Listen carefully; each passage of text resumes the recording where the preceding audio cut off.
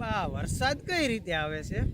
જો એમાં એવું હોય કે દરિયો છે એ દરિયાનું પાણી સૂર્યની ગરમીથી ગરમ થાય, બરાબર છે? હા બરાબર. એ ગરમ થઈને વરાળ બને અને એ વરાળ છે ઉપર ચડે અને ઉપર એના વાદળા બને. એ વાદળામાંથી પાછો વરસાદ જમીન ઉપર આવે. આ રીતે વરસાદ આવે.